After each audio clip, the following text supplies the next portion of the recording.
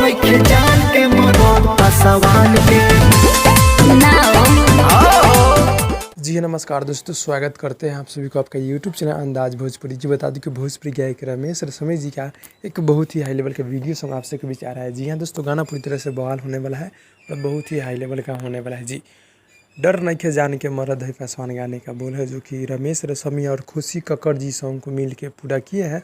और इस गाने का ऑफिशियल टीजर भी आ चुका है और ये गाना फुल वीडियो से यानी कि 9 तारीख यानी कल सुबह 6:15 पे रमेश रसमय ऑफिशियल से गाना देखने को मिल जाएगा। मुनीलाल प्रदुमन जी गीत को लिखे और म्यूजिक है बड़े भैया चमन सिंह जी का। जी हाँ दोस्तों, तो गाना कल सुबह 6:15 पे रमेश रसमय ऑफिशियल से देखने को मिलेगा, यानी कल सुबह भोरे भोरे सुबह 6:15 में आप सबके बीच। जी हाँ दोस्तों, डर नइखे जान के मरद पासवान के गाने का बोल है, जिसका ऑफिशियल टीजर भी आप लोग देखे हैं। कैसा लगा आप लोग कमेंट में कमेंट कीजिए।